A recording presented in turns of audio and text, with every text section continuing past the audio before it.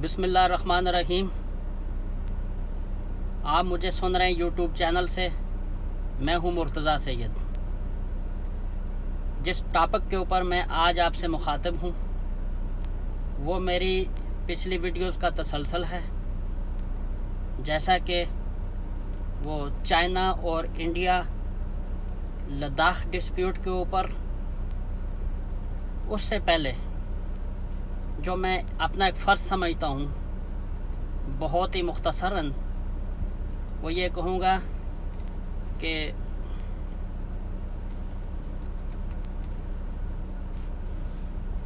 Stay safe, stay home. इसके बाद मैं बढ़ूँगा जी अपनी गुफ्तगू की तरफ। वो ये है कि चाइना और इंडिया के दरमियान महाज़ा आई, उसके ताज़ा तरीन अपडेट्स और मुहर्रिकात। मुझे मेरे व्यूवर्स ने ये कहा कि मैं वीडियो को शॉर्ट बनाया करूं, चूँकि लोग नहीं देख पाते 15 मिनट की या 14 मिनट की। तो आज मैंने ये फ़ैसला किया है कि मैं अपनी वीडियो को 5 से 6 मिनट तक लेके जाऊं, और जो मेरी जितना भी मैंने रिसर्च किया हुआ है, जो मेरे पास अपडेट्स हैं, उसको मैं पार्ट 1, पार्ट 2, पार्ट 3 में आपके सामने पेश कर सकूं। तो आज मैं इसी चीज़ के ऊपर अमल करूंगा। तो जैसा कि मैं आपको बता चुका हूं कि चीन ने लद्दाख के 60 मुरबा किलोमीटर के ऊपर कब्ज़ा कर लिया हुआ है, जिसमें गैलवान वादी और सिक्किम शामिल है। वहाँ चाइना ने अपना एयरबेस कायम कर लिया हुआ है। एयरबेस के ऊपर चाइना के लड़ाका तैयारे, लड़ाका हेलीकॉप्टर्स और हैवी तोपखाना, अटरलेस और दीगर बख्तरबंद गाड़ियां और टैंक वहाँ पे ला खड़े कर दिए हुए हैं,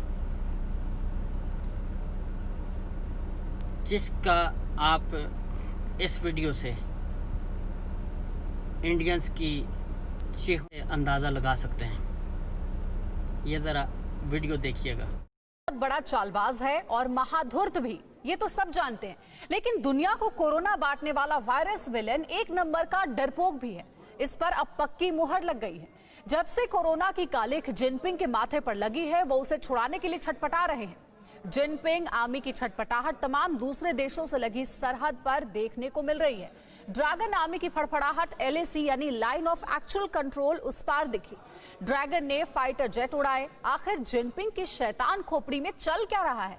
दुम दबाकर भागे चाइनीज फाइटर जेटों की खिल्ली पाकिस्तानी क्यों उड़ा रहे हैं, इस रिपोर्ट में देखिए। Fighter jet J7, fighter jet J-70 people's liberation army air force के 2 विध्वंसक जंगी जेट। हवाई बेड़े में 10 से 12 जेट थे।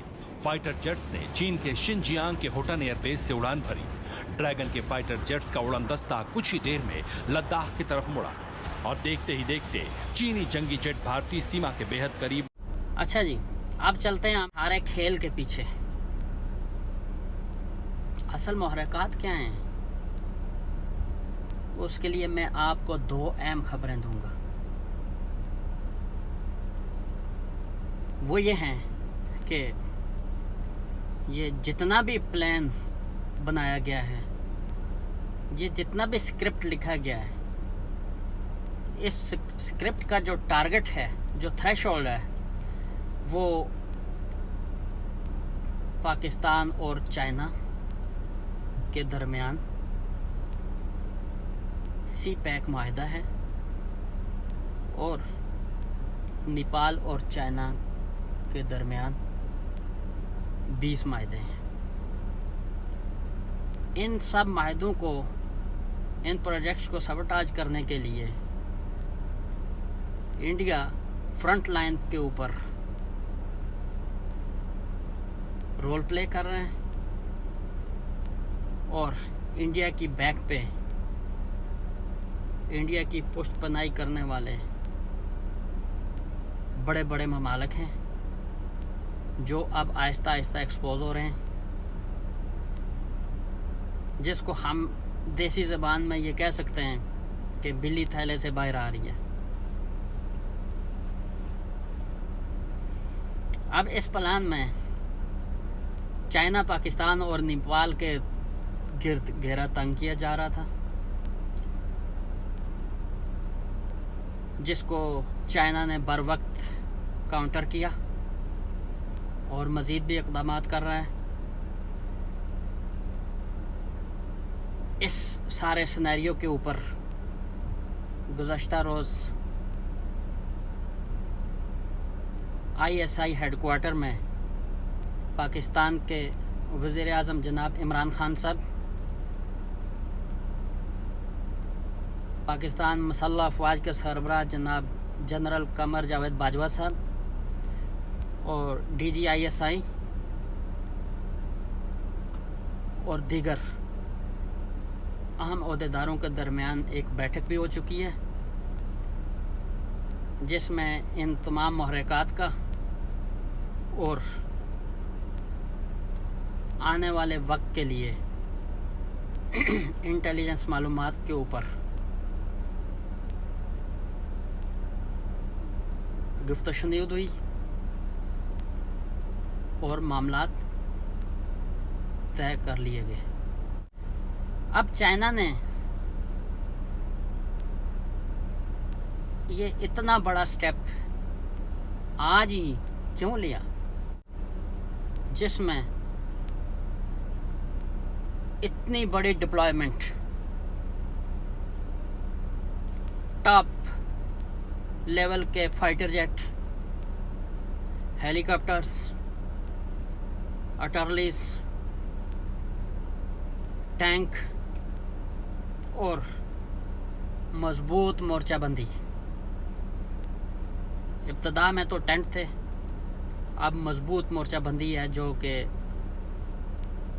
सीमेंटेड कंक्रीट के मोर्चे जो हैं वो कंस्ट्रक्ट कर लिए गए हैं। तो चाइना ये स्टेप इसलिए लिया कि एक कन्वर्सेशन होती है टेलीफोनिक भारत के वज़ीर आज़म नरेंद्र मोदी और अमेरिका के प्रेसिडेंट डोनाल्ड ट्रंप के दरमियान। उसमें पहले तो इनकी गुफ्तगू जो है वो नाकाम हो गई, जिसका बांडा डोनाल्ड ट्रंप साहब ने अपनी ट्वीट में फोड़ दिया था। उसके बाद जब इंडिया की हर्जासराई हो गई पूरी दुनिया में और इंडियंस ने भी सवाल उठाने शुरू कर दिए कि चाइना इतना अंदर आ गया है, इसके ऊपर जवाब दिया जाए, तो इंडियन गवर्नमेंट फौरी तौर पे हरकत में आई। इन्होंने अपनी सफारत खाने को मुतहर्रिक किया, लॉबिंग हायर की, जैसे इंडियंस करते हैं हमेशा से। जो इनकी लॉबी थी उसने डोनाल्ड ट्रंप से मोदी साहब की बातचीत करवाई, जो कि 1 घंटे के करीब की गुफ्तगू थी। वो गुफ्तगू जो है खुशगवार माहौल में हुई लॉबिंग के ज़रिए।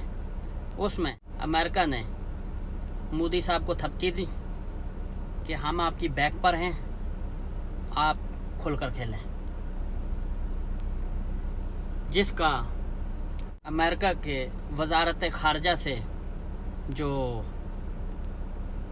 स्टेटमेंट आती है कि लद्दाख के मामले पर चाइना के इक़दामात जमहूरी नहीं है, ऐसा लगता है जैसे कोई डिक्टेटर डिक्टेट कर रहा है। ये स्टेटमेंट वजारत ख़ारजा ऑफ अमेरिका की है कि वो डिक्टेटर। अब इस डिक्टेट जो लफ्ज़ उन्होंने इस्तेमाल किया, इससे अंदाज़ा लगा सकते हैं हम कि चाइना डिफेंसिव नहीं है, चाइना ऑफेंसिव है। अमेरिका ऐवान नुमाइंदगान की एक कमेटी, जिसके सरबराह ने भी इस पर बात की और ये स्टेटमेंट दी कि चाइना और इंडिया के दरमियान कशीदगी जिन इलाकों पर है उस पर अमेरिका को भी तहफ़्फ़ुज़ात हैं, कंसर्न्स हैं। तो हाँ, उम्मीद करते हैं कि बीजिंग इस मामले को गिफ्त-ओ-शुनूद और डायलॉग के ज़रिए हल करेगा, ना कि डिक्टेटरशिप के ज़रिए। आप इस बयान से अंदाज़ा लगा लें कि चाइना अमेरिका के कंसर्न्स कितने हैं इसमें। और मैं दूसरी बात आपसे जो वो शेयर करूँगा वो आपकी इन्फॉर्मेशन के लिए, ताकि आपको मेरी बात समझ आ सके। बैकग्राउंड ये है जी कि इंडिया गलवान वादी को अप्रोच करने के लिए एक सड़क तामीर करता है। वो सड़क 250 किलोमीटर लंबी है।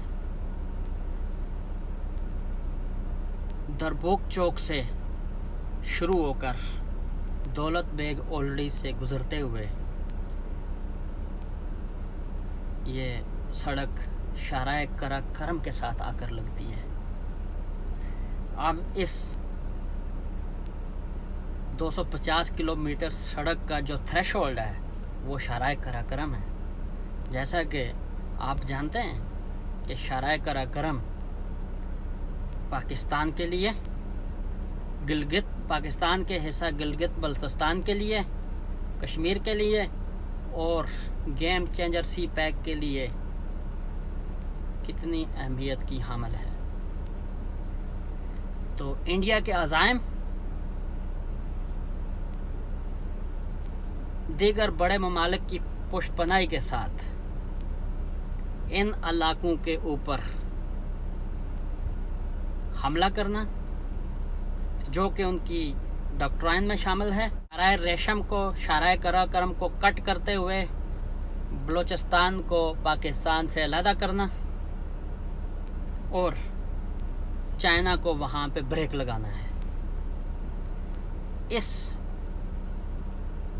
मज़मूम अज़ाइम के पीछे सिर्फ हमारा बदतरीन दुश्मन भारत ही नहीं है, बल्कि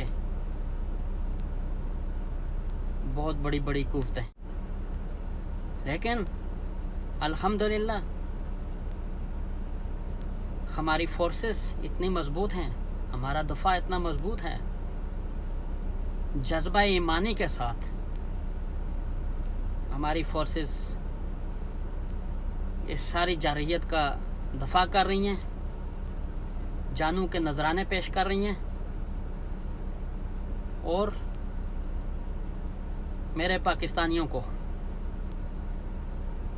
सुकून की नींद सोना चाहिए कि उनके मुहाफ़िज़ जाग रहे हैं। भारत ने आज तक तस्लीम नहीं किया था सरकारी सतह के ऊपर कि चाइना इस तरह दाखिल हो चुका हुआ है और इतने इलाके कब्ज़े में ले चुका हुआ है।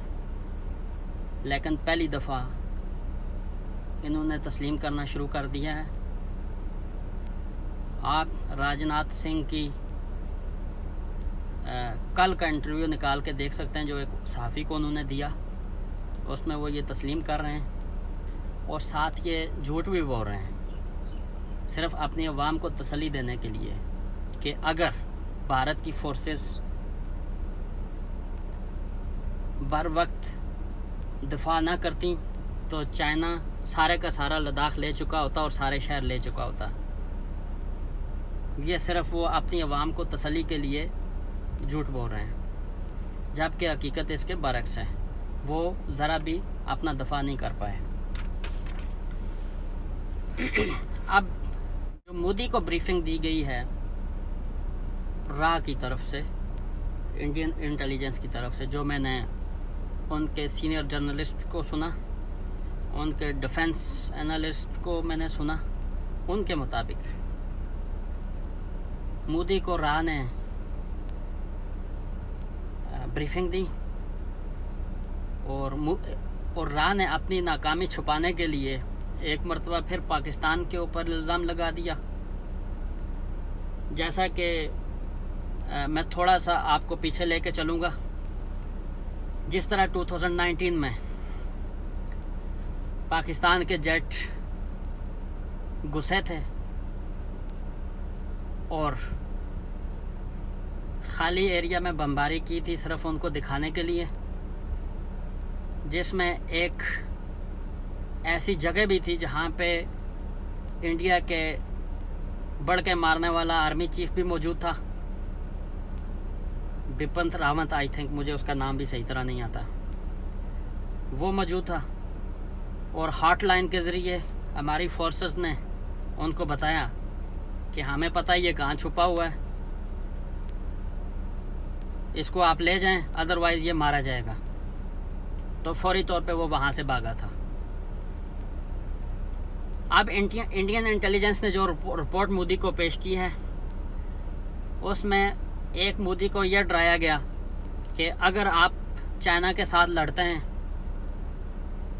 तो अफ़गान तालिबान चाइना के साथ इत्तेहाद कर सकते हैं, फिर इस सूरत में हिंदुस्तान का अफ़गानिस्तान में कब्रिस्तान ही बन सकता है। और ये भी गलत रिपोर्टिंग की, फोर्सेस ने बर वक्त चाइना को रोक लिया, वरना वो दिल्ली तक आ जाते। ये दिल्ली का लफ्ज़ मैं अपनी तरफ से इस्तेमाल कर रहा हूँ चूँकि मुझे मज़ा आ रहा है, इनकी नाकामियों पे हंसी आ रही है कि अब एक मुल्क इससे आगे कितना जा सकता है जितना चाइना चला गया हुआ है। और इंडियन आर्मी के बीच में अब ये चमगोइयाँ चल रही हैं कि कुछ कोर्ट मार्शल्स होने जा रहे हैं, पिन पॉइंट किया जा रहा है उन लोगों को जिनमें साबिक आर्मी चीफ और सीनियर ऑफिसर्स सिक्योरिटी फोर्सेस के और पाकिस्तान के ऊपर डॉक्ट्राइन लिखने वाला अजीत दोवल, वो भी शामिल है। एक मैं आपको मज़ेदार बात बताऊं कि अजीत दोवल साहब वो पाकिस्तान के ऊपर नावल लिखते रहे, नावल लफ्ज़ मैं इस्तेमाल कर रहा हूँ, वो डॉक्ट्राइन लिखते रहे और अफ़गानिस्तान के ऊपर डॉक्ट्राइन लिखते रहे। वो इतनी लंबी स्टोरियाँ लिखते रहे और पैसे बटोरते रहे कि लिखते लिखते उनकी जो पेन है उससे वो स्याही ख़त्म हो गई। अब जब स्याही भरने के लिए देखते हैं तो पीछे से कोई दवात ही ले गया हुआ। वो जो स्याही वाली दवात है वो चाइना उठा के ले गया हुआ है, जिसकी मिसाल आपके सामने है गलवान वादी में और सिक्किम में और लद्दाख में। अब अजीत दोवल साहब को उनकी आवाम को जवाब देना पड़ गया है, उनकी डॉक्ट्राइन सारी फेल हो गई हैं। तो इंटेलिजेंस एजेंसीज ने मोदी को ये भी बताया। अजीत दोवल साहब तो इन चक्रों में पड़े रहे और पीछे से चाइना और पाकिस्तान ने मिलके ये प्लान किया है कि चाइना एंगेज करेगा इंडिया को और पाकिस्तान कश्मीर के ऊपर हमला करेगा। तो हम भी यही चाहते हैं, हम पाकिस्तानी, क्योंकि ये कश्मीर हमारी शरग है, हम भी इस कश्मीर को भूल तो नहीं सकते। आपका क्या ख्याल है मोदी साहब कि आप डॉक्ट्राइन लिखते रहें, आप नावल लिखते रहें, आप स्टोरियां लिखते रहें, तो क्या हम सोए रहें? हम ना सो रहे हैं ना आप हमें सोया हुआ पाएंगे। आप आइए 2019 की तरह एक मरतबा फिर आजमा लीजिए हमें लेकिन प्लीज़ आपकी बार अभिनंदन को ना भेजिएगा, आपकी बार किसी और को भेजिएगा। और मैं तो रिक्वेस्ट करूँगा कि जो आपका जो अभी राफेल आ रहे हैं उसमें जो 2 सीटर तैयार है, एक सीट के ऊपर अजीत दोवल साहब को बैठा के भेजिएगा। उनको साथ उनकी जो डॉक्ट्राइन्स हैं वो साथ उनको, और सारे नक्शे उनको दे के भेजिएगा। और यकीन कीजिए मोदी साहब, हम पाकिस्तानी लोग बड़े अच्छे लोग हैं दिल के, हम मुसलमान हैं, हम घर आए हुए मेहमान की खातिर अच्छी तरह करते हैं। अगर आप अजीत दोवल साहब को किसी और पायलट के साथ भेजेंगे तो हम आपका भरपूर इस्तकबाल करेंगे। और अजीत दोवल साहब को इस मर्तबा लौंग और अदरक वाली चाय पिला के भेजेंगे, क्योंकि वो उनको लिखते लिखते उनकी एज भी बहुत ज़्यादा हो गई हुई है, कहीं उनको कोरोना वायरस ही ना हो जाए। बहुत शुक्रिया सर।